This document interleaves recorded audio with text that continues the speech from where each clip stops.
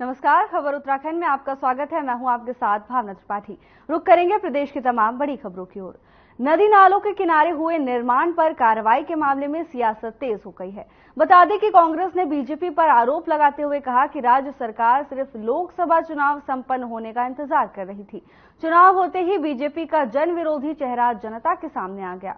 साथ ही उन्होंने कहा कि वर्ष 2016 में कांग्रेस सरकार ने अनेक कॉलोनियों को नियमित करने का निर्णय लिया था। ये प्रस्ताव विधानसभा से पारित भी हुआ था, लेकिन अगले साल बीजेपी की सरकार आने के बाद उस प्रस्ताव को ठंडे बस्ते में डाल दिया गया। उसी का नतीजा है कि वर्षों से इन बस्तियों में रहने वाले लोगों का भविष्य आज दांव पर है।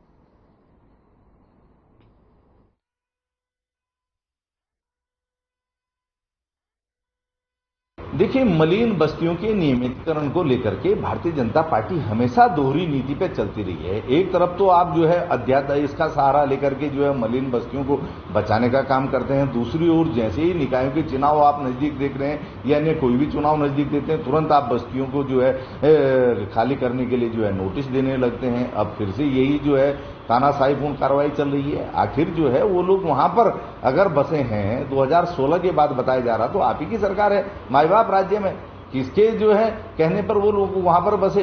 आपने पहले उनको वहां पर बसने से क्यों नहीं रोका? और आप अब बिना जो है व्यवस्था के उनको वहां से उजाड़ रहे हैं। तो पहले पुनर्वास की आप योजना बना लीजिए और एक सटीक जो है नीति बताइए कि आप चाहते क्या है। मलिन बस्तियों को उजाड़ना चाहते हैं।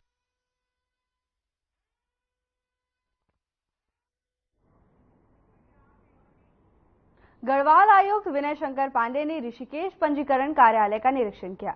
आपको बता दें कि चारधाम यात्रा के लिए लगातार पंजीकरण कार्यालय परिसर में बढ़ रही भीड़ को देखते हुए गढ़वाल आयुक्त विनय शंकर पांडे ने व्यवस्थाओं का जायजा लिया, तो वहीं कुछ व्यवस्थाओं को बेहतर करने के निर्देश अधीनस्थ अधिकारियों को दिए।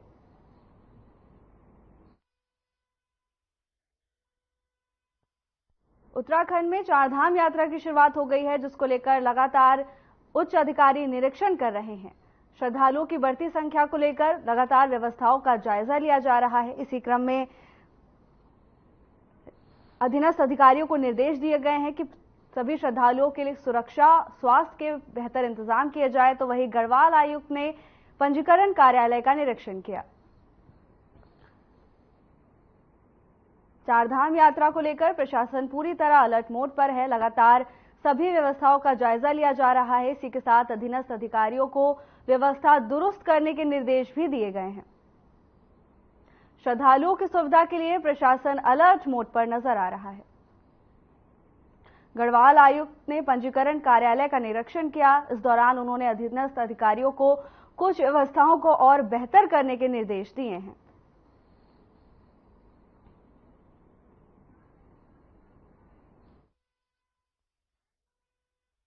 तो लोगों ने पहले भी यहाँ पर चारधाम यात्रा को कवर किया होगा और आपको काफी गुणात्मक सुधार देखने को मिला होगा। यहाँ पर यात्रियों की सुविधा का पूर्ण ध्यान रखा गया है। हमारे प्रदेश के मुख्यमंत्री जी का बड़ा ही स्पष्ट निर्देश है, उनका मैंडेट है कि यात्रा बहुत सुरक्षित सुगम होने के साथ साथ यात्री जो भी आ रहे हैं, चाहे वो बिना रजिस्ट्रेशन के आए, उनको भी मौका मिलना चाहिए। तो उनके लिए सारी व्यवस्थाएं यहाँ पर की गई हैं और उनके रहने के, खाने पीने का पूरा प्रबंध किया जा रहा है। हमारा पूरा प्रशासनिक अमला इस काम में लगा हुआ है। पौड़ी के निसड़ी गांव के एक व्यक्ति को जंगल में बकरी चुगाते समय गुलदार ने घायल कर दिया। वहीं इसकी जानकारी देते हुए ग्रामीणों ने बताया कि सुरेंद्र सिंह रावत और सागर बकरी चुगाने के लिए गांव के पास जंगल में गए हुए थे। तभी अचानक घात लगाए गुलदार ने सुरेंद्र सिंह रावत पर हमला कर दिया। उन्होंने बताया कि हमले में साहस दिखाते हुए सुरेंद्र ने पास पड़े पत्थर को हथियार बनाते हुए गुलदार को भगा दिया, लेकिन इस हमले में सुरेंद्र सिंह रावत घायल हो गए। पौड़ी में एक व्यक्ति गुलदार का शिकार हो गया है। जानकारी के मुताबिक व्यक्ति पास के जंगल में अपनी बकरी को चुंगाने के लिए गया था। इसी दौरान घात लगाए बैठे गुलदार ने उन पर हमला कर दिया। हालांकि युवक ने बहादुरी दिखाते हुए गुलदार पर पत्थर से वार करके उसे भगा दिया, लेकिन हमले में वो घायल हो गए हैं। फिलहाल उन्हें अस्पताल ले जाया गया है, जहां उनका इलाज जारी है।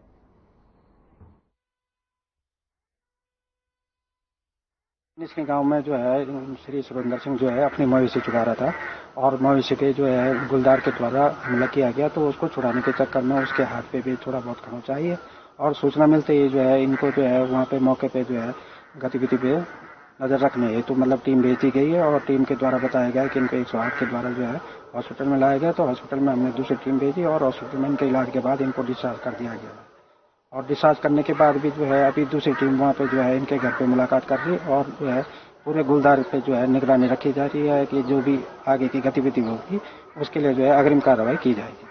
बिल्कुल इसमें जो है पीड़ित परिवार को मुआवजा दिया जाता है और जो है वो मुआवजा जो है मेडिकल के आधार पे होता है। मेडिकल के आधार पे जो है 15,000, 30,000, 50,000, 1 लाख के हिसाब से जो है उसके जो घटना होती है। भाई साहब घटना पर क्रम इस प्रकार है कि हमारे भाई बंधे सुरेंद्र भाई साहब जी वो आज सुबह अपनी बकरियां लेके गए लगभग 9 बजे जंगल में गाँव के ऊपर था और वहाँ पे जैसे आप देख रहे हो कि आग लगी चारों तरफ और बाघ सारे जो है बाघ जानवर सारे नीचे आ चुके हैं गाँव की तरफ। तो वहाँ पे इस प्रकार हुआ कि बकरी को बाघ ने पकड़ा और इन्होंने छुड़ाने का प्रयास किया तो वहाँ पे बाघ ने इन पर अटैक कर दिया, हमला कर दिया, थोड़ा जख्मी हुए हो। और ग्रामीणों में रोष इस प्रकार से भाई साहब एक तो वन विभाग की तरफ से कोई तैयारी नहीं है हमारी सुरक्षा हो। पिछले साल का वाकया भाई साहब हमने वार्डन सर मैं सुबह बकरी के साथ गया था जंगल में और बकरी चुकाते समय सर गुलदार आया, गुलदार सर अटैक किया बकरी पे। मैं पत्थर फेंक रहा था और वो गुलदार ने अटैक कर दिया सर। हाँ जी 108 में पौड़ी आया सर और उपचार कर चल रहा है सर। गांव में सर पिंजरा लगना चाहिए ताकि गुलदार जो कि किसी और पे अटैक ना कर पाए सर।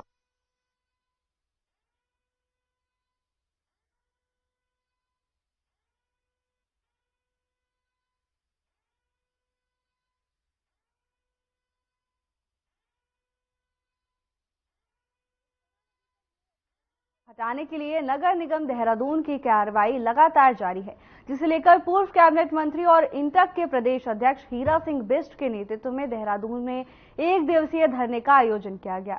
वहीं हीरा सिंह बिष्ट ने कहा कि अगर सरकार मजदूरों को अतिक्रमण के नाम पर हटाती है तो मजदूरों के प्रवास के लिए उचित व्यवस्था की जाए। साथ ही उन्होंने कहा कि मलिन बस्तियों में रहने वाले लोग, गरीब और मेहनतकश लोगों को अगर सरकार उनका विस्थापन करती है तो वो कहां जाएंगे। देहरादून में लगातार अतिक्रमण हटाने को लेकर स्थानीय लोगों की ओर से विरोध किया जा रहा है। इसी क्रम में इंटक प्रदेश अध्यक्ष हीरा सिंह बिष्ट ने भी ग्रामीणों का साथ दिया है। इस दौरान उन्होंने सरकार पर जमकर निशाना साधा। उन्होंने कहा कि अगर मजदूरों को विस्थापित किया जा रहा है तो उनके रहने का इंतजाम करना चाहिए। खबर देहरादून से है, जहां नगर निगम की कार्रवाई को लेकर स्थानीय लोगों का आक्रोश देखने को मिला है। भारी संख्या में लोग इकट्ठा होकर नगर निगम और सरकार के खिलाफ नारेबाजी करते हुए नजर आए, तो वहीं लोगों को इंटक प्रदेश अध्यक्ष का समर्थन भी प्राप्त हुआ।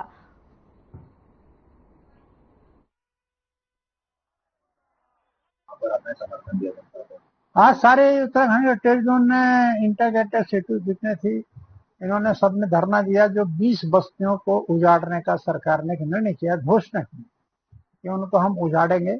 अरे भाई उन बस्तियों को पानी बिजली मिला हुआ, वर्षों से बसे हुए हैं। कब से दिया कि 16 के बाद, क्या माना गया कि 16 के बाद बसे हैं, और पहले जो बसे उनका क्या होगा। जब ये है कि किसी बस्ती को उजाड़ा नहीं जाएगा, नियमितीकरण की प्रक्रिया क्यों नहीं शुरू कर रहे आप। ये देहरादून के चारों तरफ बस्ती हैं जहाँ पानी, बिजली, सड़क, सारी सुविधाएं हैं, आराम से रह रहे, कोई पानी के बहाव रुकावट नहीं है, कहीं नदी में सड़क का रुकावट नहीं है। हम भी कहते हैं अतिक्रमण नहीं होना चाहिए, पानी का बहाव नहीं होना, सड़क का अतिक्रमण नहीं होना चाहिए। तो जो सालों से बस रहे हैं अब आप उनको उजाड़ने की, अरे बसाने की बात करो ना। सरकार का काम होता है बसाने की, छत देने की।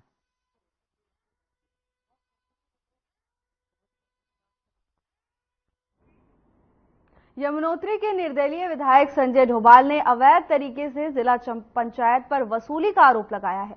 उनका कहना है कि देश विदेश से आने वाले श्रद्धालुओं से इको टूरिज्म के नाम पर अवैध तरीके से वसूली की जा रही है। सुविधा के नाम पर कोई भी काम नहीं किया गया।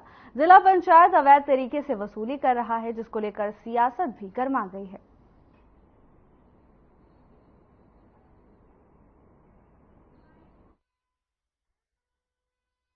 नहीं देखिए, पैसा ले रहे होंगे, ऐसा कुछ नहीं है। अब जिला पंचायतों का अपना एक कार्य क्षेत्र है, ऑटोनोमस बॉडीज है, लेकिन मैं नहीं समझता कि इतना पर्याप्त होता होगा जिससे इतनी बड़ी सुविधाएं जुटाई जा सके। जब सरकार के संसाधन पर्याप्त नहीं हो पाते हैं तो जिला पंचायत का संसाधन कितना पर्याप्त हो सकता है। हाँ ठीक है, जो भी मिल रहा है उसका सदुपयोग होना चाहिए, इसमें कोई दो राय नहीं है कि जिस अब जैसे इको टैक्स के रूप में वो ले रहे हैं तो उसको उसी रूप में पर्यावरण पर खर्च होना चाहिए, यात्रा पर खर्च होना चाहिए। राष्ट्रीय राजमार्ग खंड बटकोट पर जो जिला पंचायत द्वारा अवैध वसूली अलीगढ़ में की जा रही है, उसके खिलाफ मैं बिल्कुल जो अवैध वसूली की जा रही है उसको ऐसा मैं यमुनोत्री विधानसभा में बिल्कुल हरगिज बर्दाश्त नहीं करूंगा कि कोई भी मोहम्मद गजनी यहां यमुनोत्री विधानसभा में आए और यहां अपना अवैध वसूली का अड्डा बनाए, क्योंकि जिला पंचायत द्वारा हर साल यमुनोत्री धाम से जहां की हमारे श्रद्धालु तीर्थाटन के लिए आते हैं 5-6 करोड़ रुपए वसूले जाते हैं।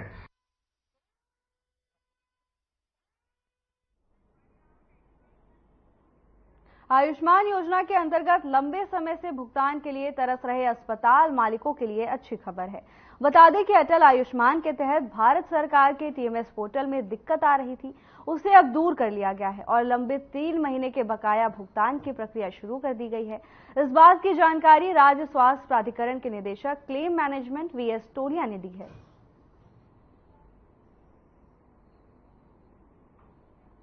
अस्पताल मालिकों के लिए एक अच्छी खबर आ रही है, जहां उनका बकाया भुगतान अब किया जा सकेगा। जानकारी के मुताबिक कुछ समय पहले पोर्टल में कुछ दिक्कतें आ रही थी, जिसका अब सुधार कर लिया गया है, जिसके बाद होटल मालिकों के चेहरे पर खुशी देखी गई है। 75 करोड़ का भुगतान लंबित था। इस नए वर्जन को लागू किया था, जो कि भारत अपने कुछ राज्यों में था, जिसमें उत्तराखंड भी एक राज्य था। लगभग आज की तारीख में हमारे पास 35 हजार से ज्यादा क्लेम जो तकनीकी दिक्कतें आई थी उसके कारण लंबित हुए थे, और जो कि मैंने पहले भी बताया था कि अभी भुगतान की प्रक्रिया चालू हो गई है और अस्पतालों को भुगतान होना प्रारंभ हो गया है। कुछ आंकड़ा सर अस्पतालों का कितने? ये सभी के अस्पताल है जो आयुष्मान में, तो जो भी 10 अस्पताल, सारे अस्पतालों के क्लेम्स है, ये कि किसी एक अस्पताल के होते कि क्लेम पोर्टल पर आधारित है, तो पोर्टल सभी अस्पतालों के लिए वो दिक्कतें उन अस्पतालों को आई।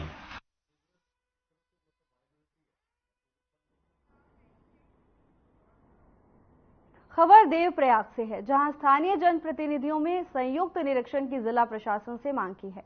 आपको बता दें कि जिला अधिकारी के नेतृत्व में लोक निर्माण विभाग के साथ संयुक्त टीम द्वारा सड़क मार्ग का निरीक्षण किया गया।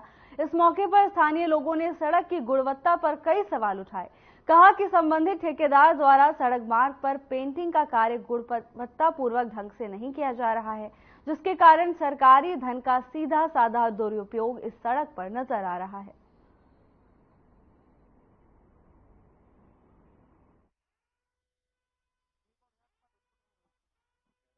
हम ये चाहते हैं कि रोड में बहुत अच्छा काम होना चाहिए, है ना। सही तो हो रहा है, पर थोड़ा बहुत कमियां भी बहुत है। हम ये चाहते हैं कि सही होना चाहिए। अब गांव वालों को झेलना पड़ेगा, और किसको झेलना पड़ेगा? हम ही लोगों को झेलना पड़ेगा ना। खुशी तो बहुत थी कि जब रोड आई तो हम बहुत खुश हुए कि यहाँ रोड आ गई, पर क्या करें, रोड आने का कुछ फायदा नहीं है। यहाँ पेंडिंग होती है, फिर 2-4 महीने बाद वो खड़ जाती है। होता है पैसों का तो दुरुपयोग होता है। चाहती हूँ कि काम रोड पे अच्छा होना चाहिए। कहते हैं हमें बहुत डर लगता है, कोई बातें नहीं सुनता है। 50 बार बोलते हैं, कोई कुछ बोलता ही नहीं है। इन्होंने कहा हम कल से काम शुरू करेंगे, अगर अभी बोल रहे तो कर देंगे तो ठीक है, नहीं भी करेंगे तो उनकी मर्जी। हमें हो रही है दिक्कत, हमें बहुत दिक्कत हो रही है। हम बस का बहुत डरते हैं। जब बहुत बारिश होती है यहाँ पानी आते हैं नीचे, पूरे कमरों में पानी, इसलिए हमें डर लगती है। धारी ढूंढसी यहाँ पे जो है ये धारी ढूंढसी मार्ग है, इसमें पीसी वर्क का कार्य गतिमान है। इसमें जनप्रतिनिधियों की और जनता की शिकायत थी कि जगह जगह पीसी वर्क का कार्य खराब हो रहा है, तो इसके लिए यहाँ पे एक संयुक्त निरीक्षण किया गया है, जिसमें प्रशासन की टीम थी और लोक निर्माण विभाग और PMGSY को संयुक्त निरीक्षण के आदेश थे।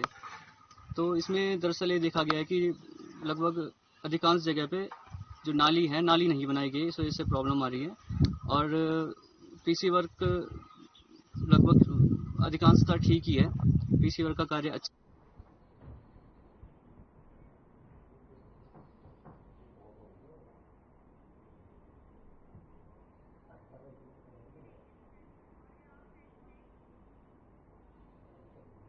द्रोण वाटिका कॉलोनी की तरफ से छबील लगाकर मीठे शरबत का वितरण किया गया। बता दें कि समिति के गणमान्य अध्यक्ष राजदेव सिंह यादव, कॉलोनी के सचिव सुधीर मेहता और अन्य पदाधिकारी ने अधिक लोगों को मीठे शरबत का वितरण कर पुण्य का कार्य किया। इस दौरान सभी पर्यटकों और राहगीरों को रोककर शरबत पिलाया गया। आपको बता दें कि द्रोण वाटिका कॉलोनी लगभग 1 दशक से कॉलोनी के हितों के साथ साथ समाज के हितों पर भी काम करते आई है।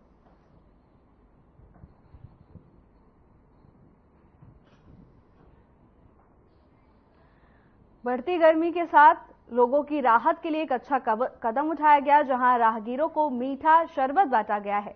द्रोण वाटिका कॉलोनी वासियों ने की ओर से ये अच्छी पहल की गई, जहां कॉलोनी ने राहगीरों को रोककर उन्हें मीठा और ठंडा शरबत पिलाया।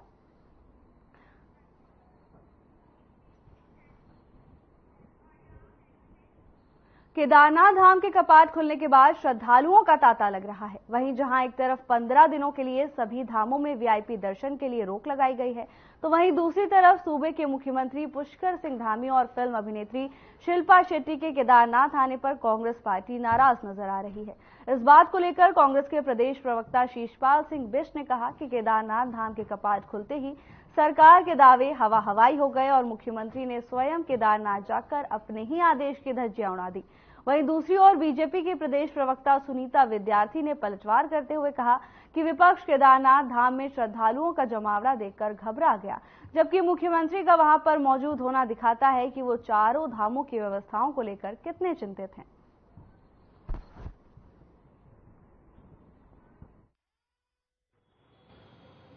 ये ऐसा है, विपक्ष खाली मुद्दा बना रहा है। अभी कल के ही दिन वो इतना घबरा गए जब उन्होंने वहां पे श्रद्धालुओं का वो जमावड़ा देखा।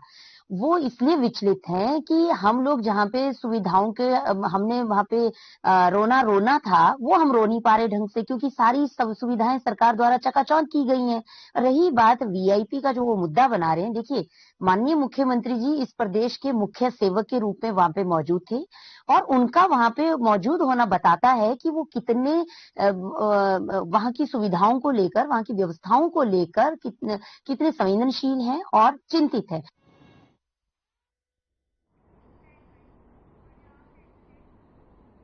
उत्तराखंड में नगर निकाय चुनाव को लेकर बीजेपी और अन्य राजनीतिक दलों के बीच सियासी घमासान शुरू हो गया है। वहीं नगर निकाय चुनाव में हो रही देरी को देखते हुए पूर्व कैबिनेट मंत्री हीरा सिंह बिष्ट ने बीजेपी सरकार पर निशाना साधते हुए कहा कि सरकार की नीयत में खोट नजर आता है। साथ ही उन्होंने कहा कि माननीय न्यायालय के आदेश के बाद 6 महीने से ज्यादा निकायों का कार्यकाल प्रशासन के अधीन नहीं रहना था, लेकिन बीजेपी सरकार न्यायालय के आदेशों का उल्लंघन करते हुए अभी भी निकाय चुनाव में देरी कर रही है।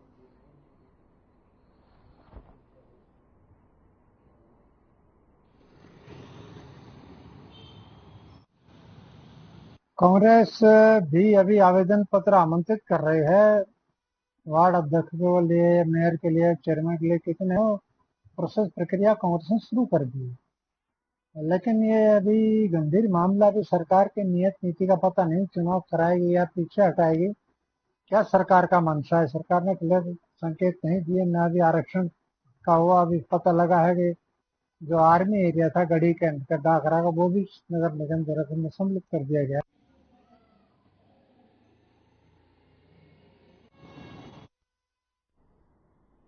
उत्तराखंड में चारधाम यात्रा का आगाज हो चुका है, जिसके चलते केदारनाथ समेत गंगोत्री और यमुनोत्री तीनों धाम गुलजार हैं। पहले दिन केदारनाथ धाम में देश विदेश से 29,000 से अधिक तीर्थयात्रियों ने दर्शन किए।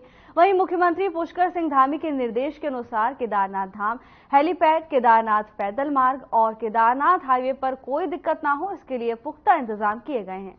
जिला प्रशासन द्वारा सीसीटीवी कैमरे के साथ ही अलग से यात्रा कंट्रोल रूम की स्थापना की गई है और यात्रा कंट्रोल रूम में कर्मचारियों को तैनात किया गया है।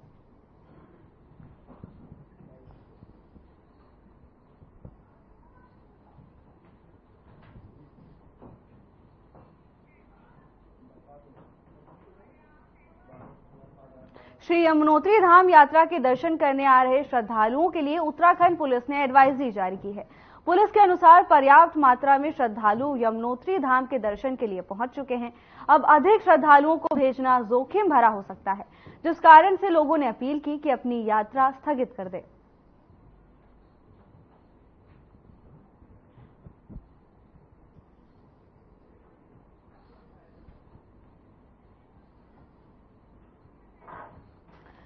चारधाम यात्रा को लेकर प्रशासन की तैयारियां पूरी हैं, तो वहीं यमुनोत्री धाम के लिए पुलिस ने एडवाइजरी जारी की है।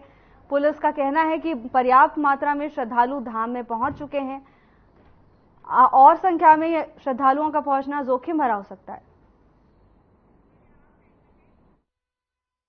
खबर अल्मोड़ा से है, जहां पर्यटक नगरी रानीखेत में पहली बार किताब कौतिक का आयोजन किया गया है। आपको बता दें कि centre commandant brigadier SK. Yadav और कैंट सीओ कुणाल रोहिला ने दीप प्रज्वलित कर कार्यक्रम का शुभारंभ किया। इससे पूर्व सेंटर कमांडेंट और कैंट सीओ ने किताब कौतिक में लगाई गई किताबों, काष्ठ कला, हस्तशिल्प और पीरोल से बनी वस्तुओं का अवलोकन किया और काफी सराहना की। वहीं कार्यक्रम के दौरान विभिन्न स्कूलों के छात्र छात्राओं ने सांस्कृतिक कार्यक्रम भी प्रस्तुत किए।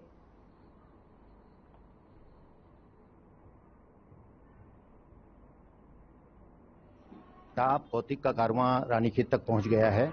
ये नवा आयोजन है और इससे पूर्व क्रिएटिव उत्तराखंड मेयर पहाड़ की ओर से पूरे कुमाऊं में 8 आयोजन किए जा चुके हैं। रानीखेत में ये नवा आयोजन होने जा रहा है, जिसका शुभारंभ स्टेशन कमांडेंट संजय कुमार यादव जी ने किया है। इस कार्यक्रम के अंतर्गत करीब 60 से 70 हजार किताबें यहाँ लगाई गई हैं विभिन्न प्रकाशकों द्वारा, जो बाल साहित्य भी है, हिंदी और अंग्रेजी की किताबें भी हैं और जिनके स्टॉल्स यहाँ लगे हैं। हस्तशिल्प के भी स्टॉल्स लगे हैं, जो स्थानीय हस्तशिल्प है उस पर जो काम कर रहे हैं उन्होंने भी अपने स्टॉल्स लगाए हैं।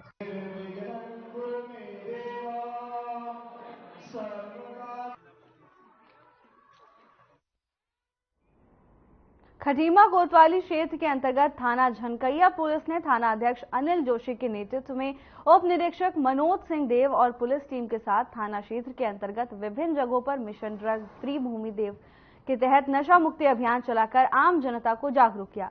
इस अभियान के तहत मेलाघाट तथा राजीव नगर बस स्टैंड और टेम्पो टैक्सी स्टैंड आदि जगहों पर पहुंचकर पुलिस ने मिशन ड्रग फ्री देवभूमि नशा मुक्ति अभियान से संबंधित पैम्पलेट चस्पा किए। साथ ही नशे से होने वाले दुष्प्रभावों, शराब पीकर वाहन न चलाने, स्वयं को तथा बच्चों को भी नशे से दूर रखने, हेलमेट और सीट बेल्ट लगाकर वाहन चलाने, तेज गति से वाहन न चलाने तथा साइबर अपराध से बचाव हेतु जानकारी देकर आम जनता को जागरूक किया।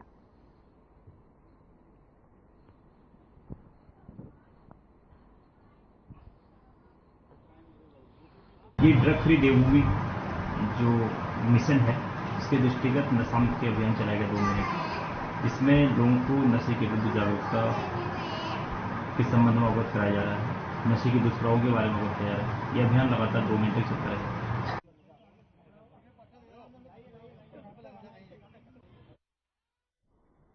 सितारगंज क्षेत्र के नकुलिया गांव के एक व्यक्ति ने अपने ही खेत से सब्जी तोड़ने के लिए पास के गांव के दबंग लोगों को मना किया, जिसके बाद दबंग लोगों ने खेत के मालिक पर लाठी डंडों से हमला कर उसे घायल कर दिया, जिसका इलाज एक निजी अस्पताल में चल रहा है।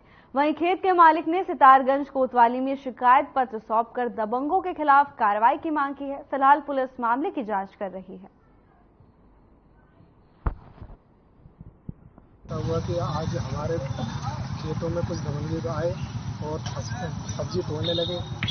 उन्हें हमने मना किया तो उन्होंने हमें गाली गलौज दी और उनके लिए फिर वो चले गए और अपने घर से और लोगों को लेके आए, लाठी डंडों लेके आए और हमारे बड़े भाइयों पे हमला करा, उन्हें अच्छा खासा गंभीर कर दिया। उसके बाद हम जब हॉस्पिटल लेकर के आए तो उन्होंने गंभीर देख करके उनको सरकारी हॉस्पिटल से रेफर कर दिया। हमला कर दिया।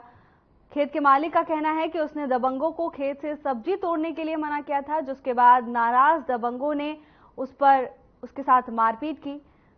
पीड़ित ने मामला पुलिस को दे दिया है, शिकायत दर्ज करा दी गई है। फिलहाल पुलिस मामले की जांच में जुट गई है।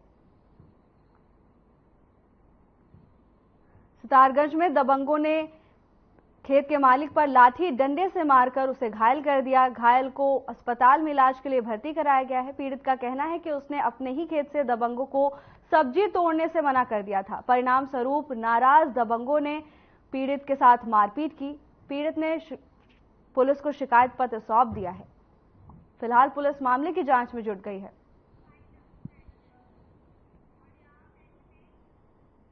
फिलहाल के लिए बस इतना ही। जल्द हाजिर होंगे नई अपडेट्स के साथ। नमस्कार।